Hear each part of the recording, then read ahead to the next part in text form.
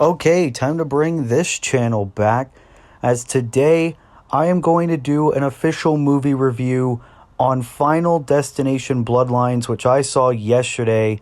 Obviously, I'm a pretty big fan of the Final Destination movies. I can't really say I was the biggest fans of 3 and 4, but the rest of the Final Destination movies hold a special place in my heart and gave me a whole lot of PTSD from log trucks. But Final Destination Bloodlines came out a couple of days ago, the sixth installment in the Final Destination franchise.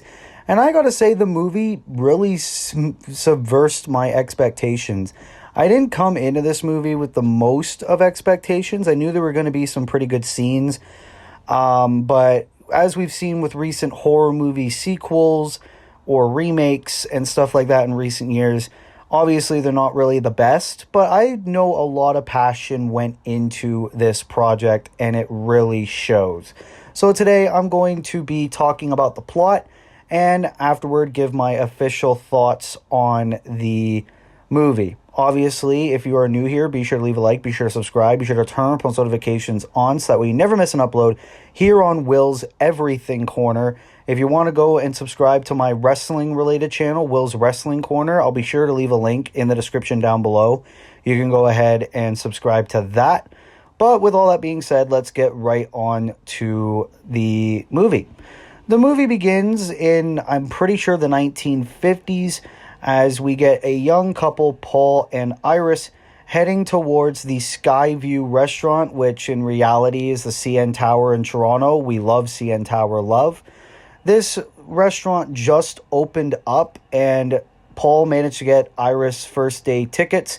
So they head up the elevator and start going to the dinner floor, which is also a dance floor with the iconic glass floor of the CN Tower. Man, I went on that once. I got super duper traumatized with the drop.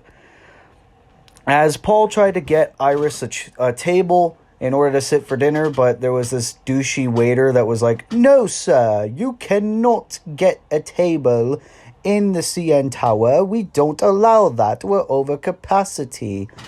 So Paul and Iris end up going to the roof of the CN Tower, where Paul intended to propose to Iris. Iris says yes, but there was also a douchey little kid in the roof that ended up throwing a penny, which ended up going down the ventilation shaft and hitting a fan, I'm pretty sure. So Iris and Paul end up going back down to the dance floor to celebrate, as the old song Shout ended up playing on stage, and everyone was dancing on the glass floor. But the glass floor, obviously with it being made out of glass, ended up breaking, with a ton of people falling off it.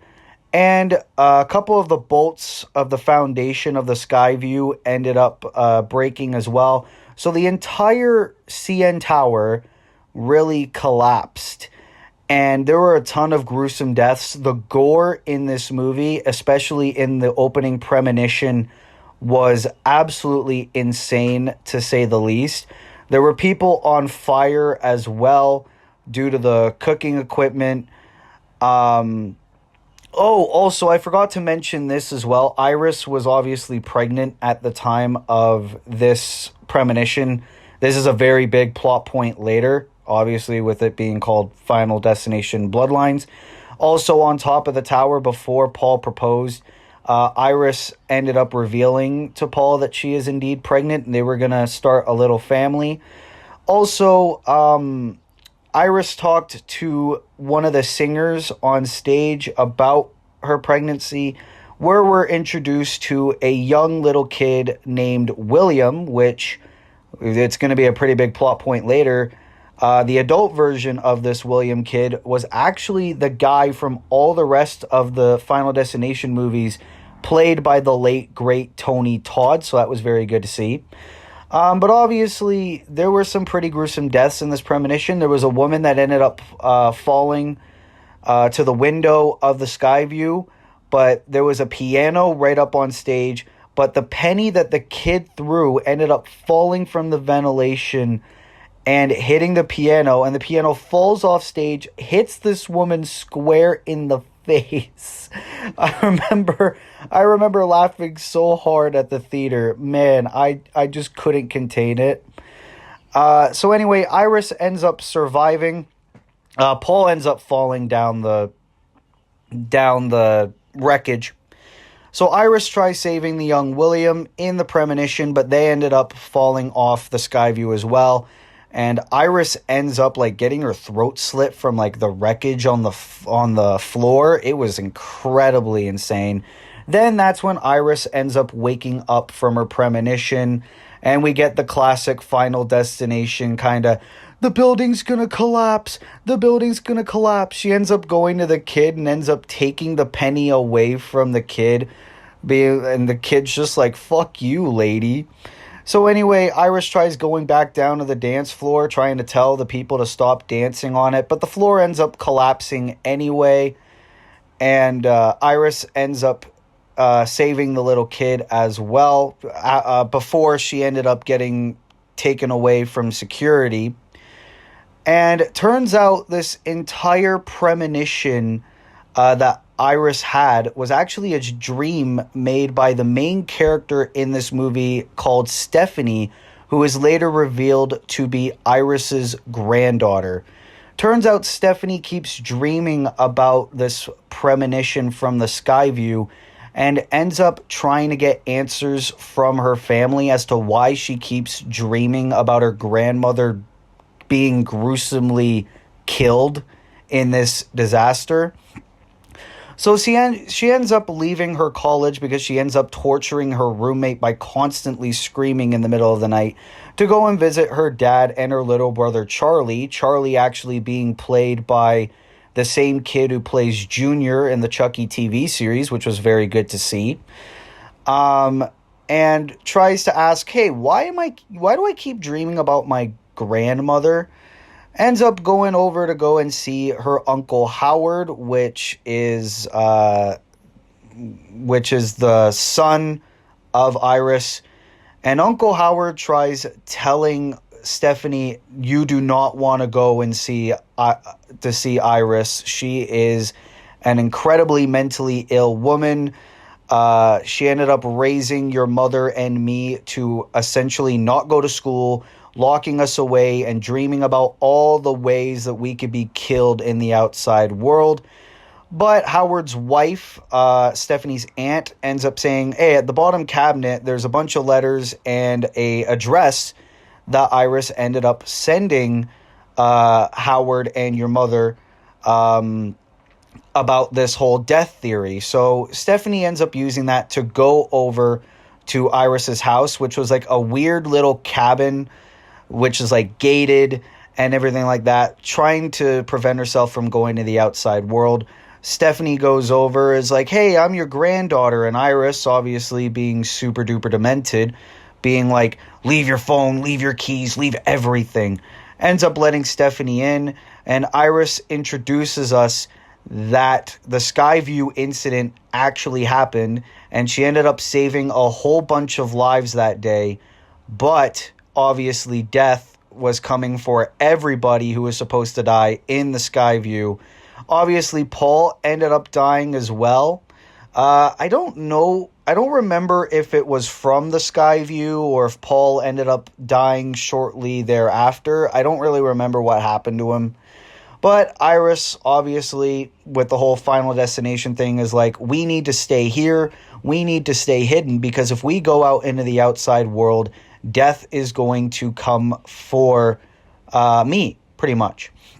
So Stephanie ends up revealing to Iris that she keeps dreaming about the Skyview, where Iris ends up saying, maybe your dream is basically fate telling you that death is coming for our family, because technically, if Iris was supposed to die at the Skyview incident, technically the family wasn't supposed to exist. So death is coming for Stephanie, her mother, and her cousins, and her brother, and everyone in the family too. Stephanie obviously doesn't believe this and tries to leave. And Iris doesn't want to leave the cabin, but she wanted to give her book to Stephanie. Stephanie's still like, I can't take this. I don't believe in this death theory. So Iris just tells Stephanie to step back, and Stephanie's like, why? And Iris is like, seeing is believing. And then this big wooden log just launches over and hits Iris square in the jaw, and she ends up dying right in front of Stephanie. So this gets Stephanie all obsessed with this death theory as well, because, well, the second Iris stepped foot outside of that preventive cabin, she just drops dead.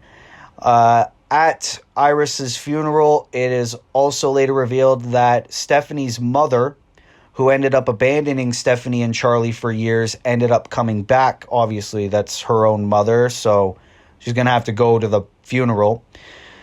And they also have a little family reunion barbecue shortly thereafter to celebrate, the family being back together.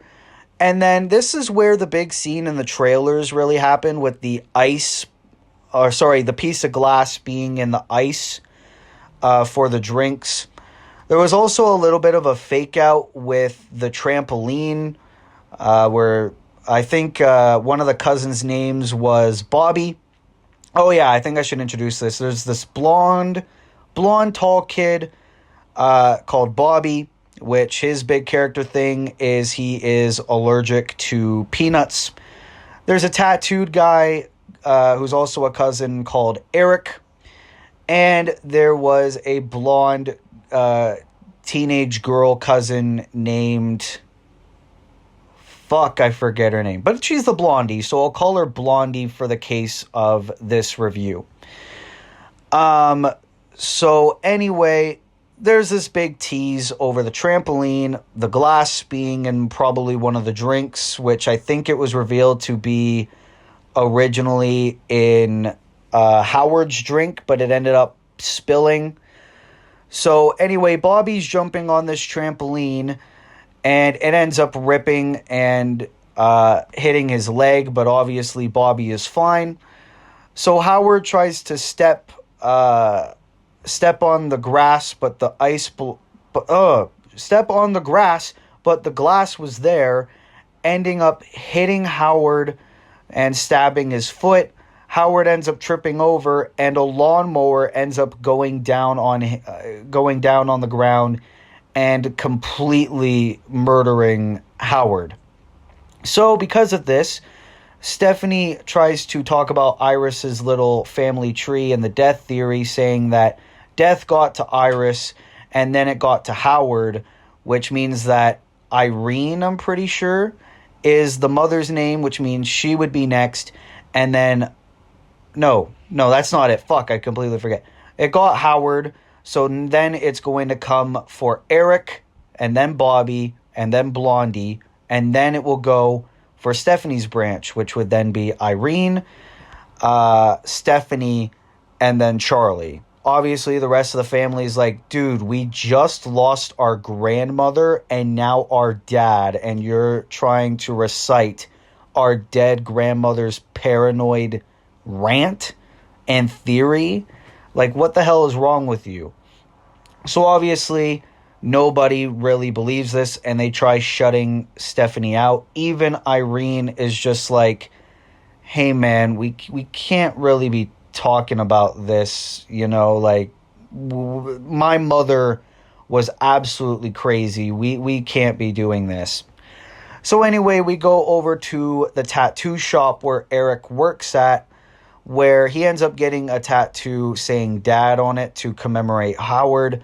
But then death tries coming for him, allegedly.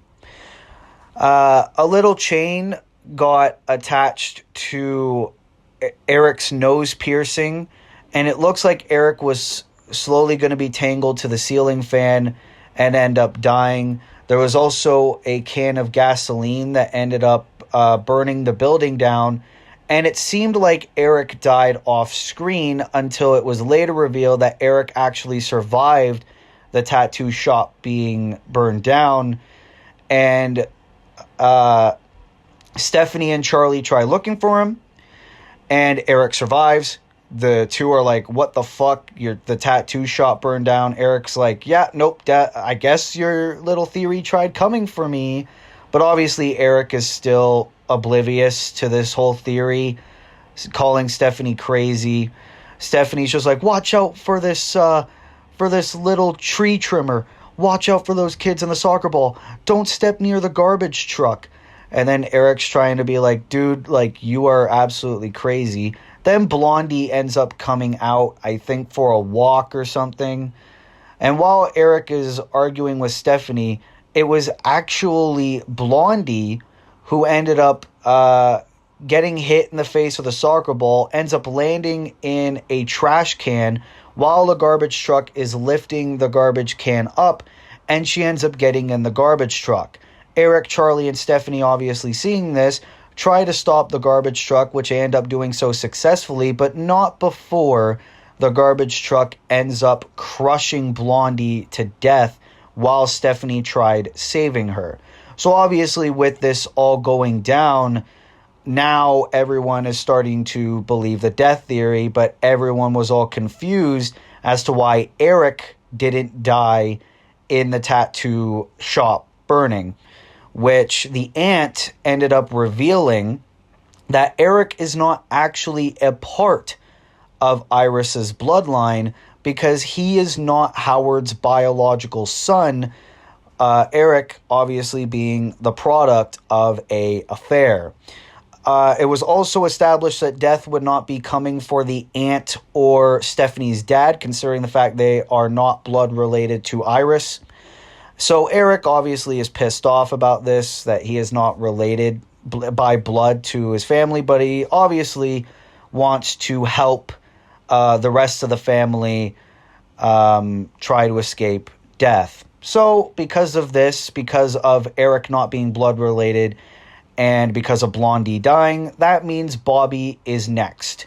So they try to go over to the hospital to try to find somebody that in Iris's book said that someone named JB found someone who survived. So they go over to the hospital where we are introduced to William, who is Tony Todd's character. And Tony Todd ends up explaining to us that Iris actually saved him from the Skyview incident after Iris warned everybody about the Skyview potentially crashing down. Tony Todd ends up revealing that Iris and him later reconnected, where Iris told him about the whole death theory, and William has been trying to help as many people as he possibly can try to escape death's design, where he ends up revealing to the family that there are either one of two ways to escape death: by either killing somebody else and taking the rest of the time that they have left on this planet, or by simply dying. The family ends up telling Tony Todd, hey, maybe you can help us. And Tony Todd saying, today I'm retiring. I end up having the same cancer that Iris had, which means I don't have that much time left on this earth, and I'm trying to savor every little bit of earth as I possibly can. Maybe you guys should do the same. In a nice little send-off to the late, great Tony Todd, who unfortunately died last year before this movie ended up coming out. It was also later on revealed by the producers that Tony Todd's last lines in this movie were actually unscripted, so it was very nice to see. So obviously, because Bobby is next, the family try to decide, hey, should we kill Bobby and then resuscitate him and come back?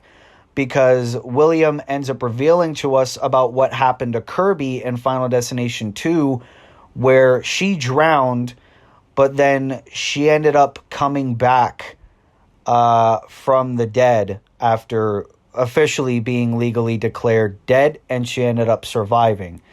So Eric has the idea where he is going to feed Bobby a peanut butter cup, and then he's going to wheel Bobby over to the doctors, where the doctors are going to resuscitate him, and then Bobby is going to be safe.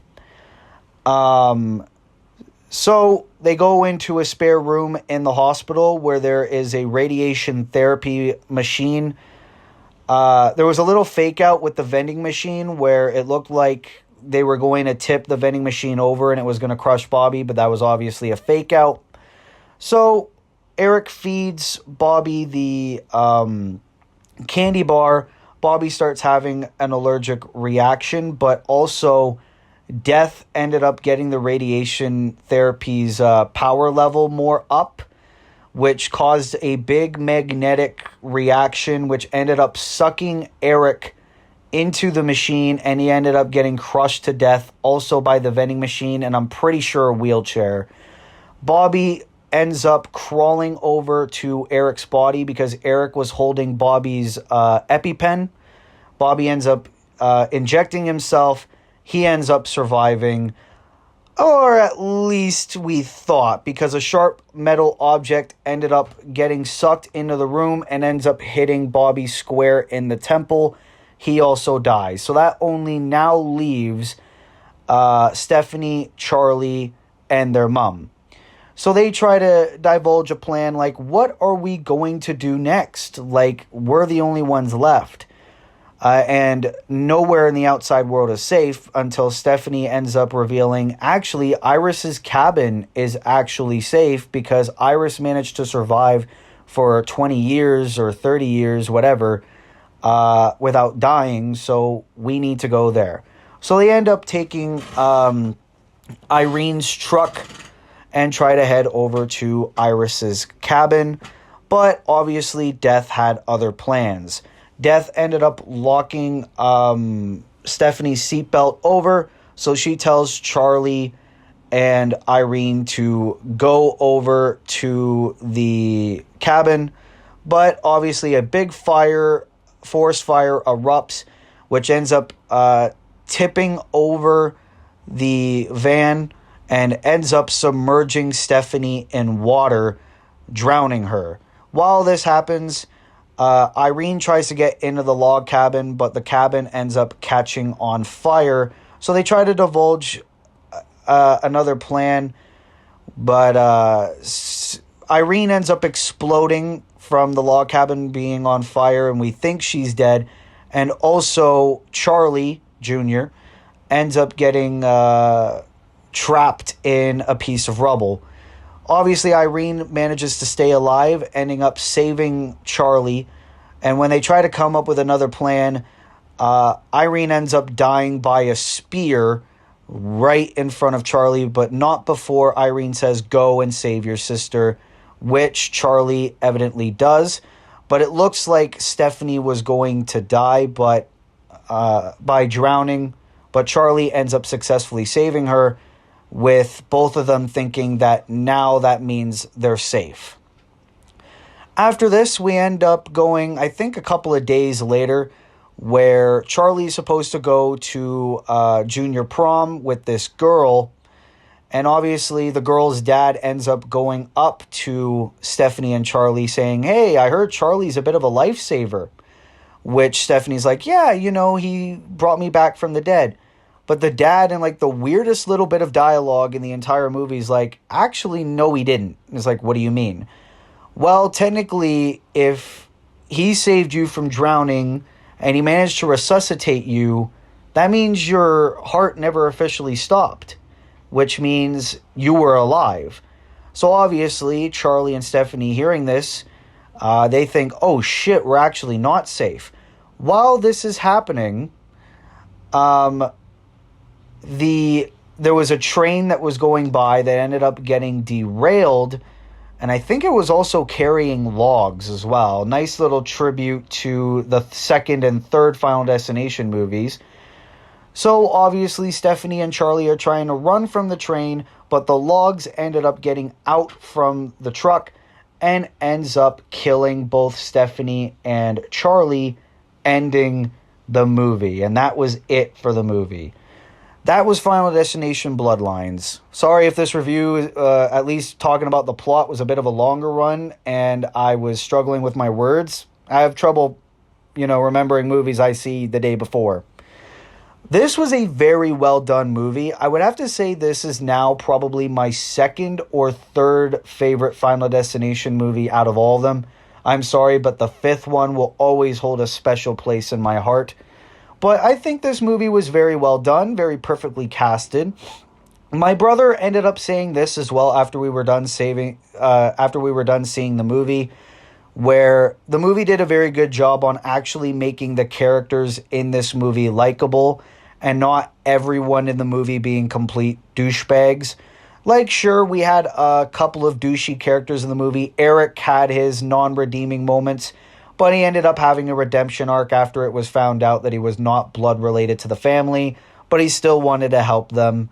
And also Blondie being a complete bitch. But, you know, it is what it is.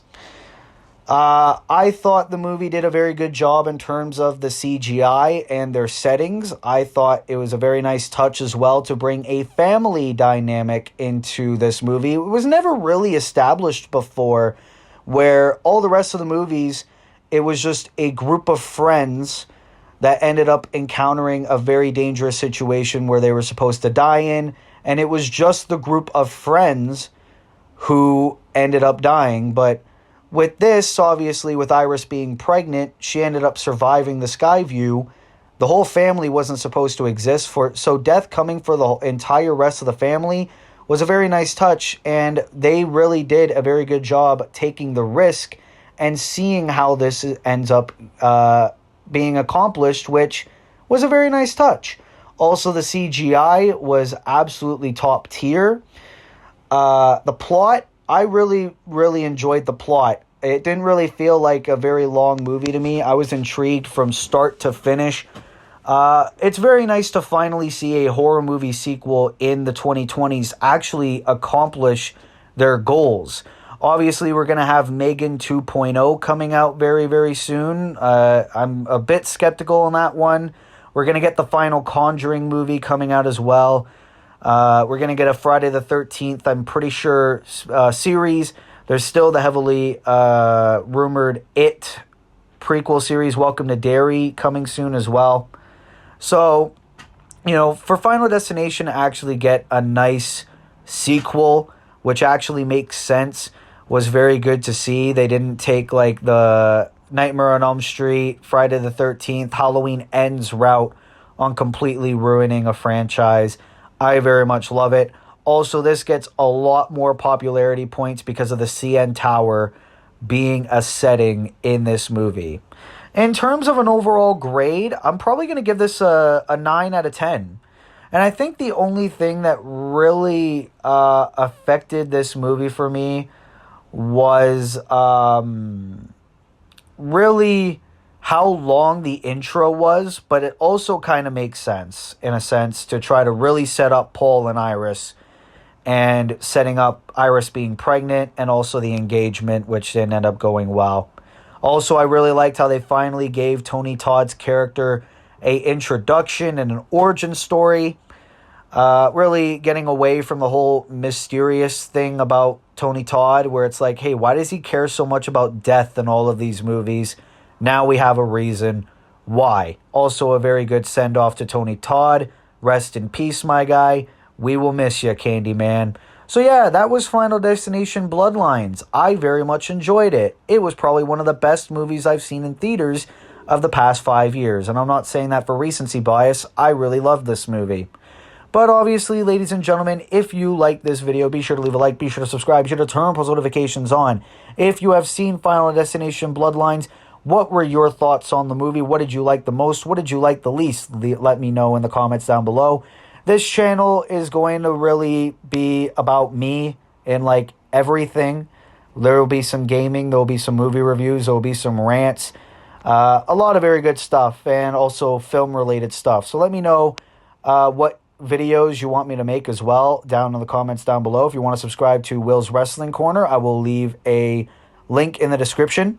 And with all that being said, this has been your boy Will's Everything Corner. I will see you in the next video. Be good, people, and peace.